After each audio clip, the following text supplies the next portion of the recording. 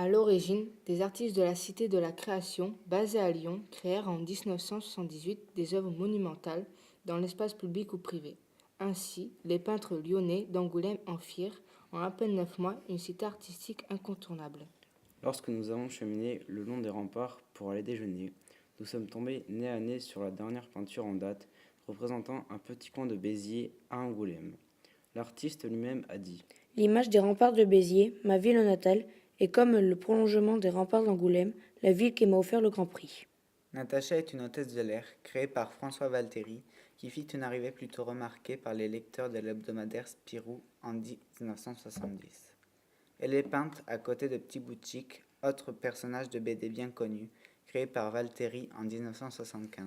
Un samedi à Malakoff est le titre d'une fresque peinte sur un des murs de la ville qui représente un pavillon de banlieue populaire des années 60. Lucien passe son temps à jouer au flipper et fait des balades à moto avec ses deux meilleurs amis, Ricky et Gilou. Le personnage mis en avant au départ était celui de Ricky et non celui de Lucien, mais ce dernier a fini par devenir le héros de la BD. Le mur peint Gaston et Prunelle représente un anti-héros de la bande dessinée belge Gaston, qui a vu le jour sous la plume d'André Franquin en février 1957. Un garçon de bureau nommé Gaston Lagaffe travaille au journal Le Spirou. Paresseux, il provoque de nombreuses gaffes.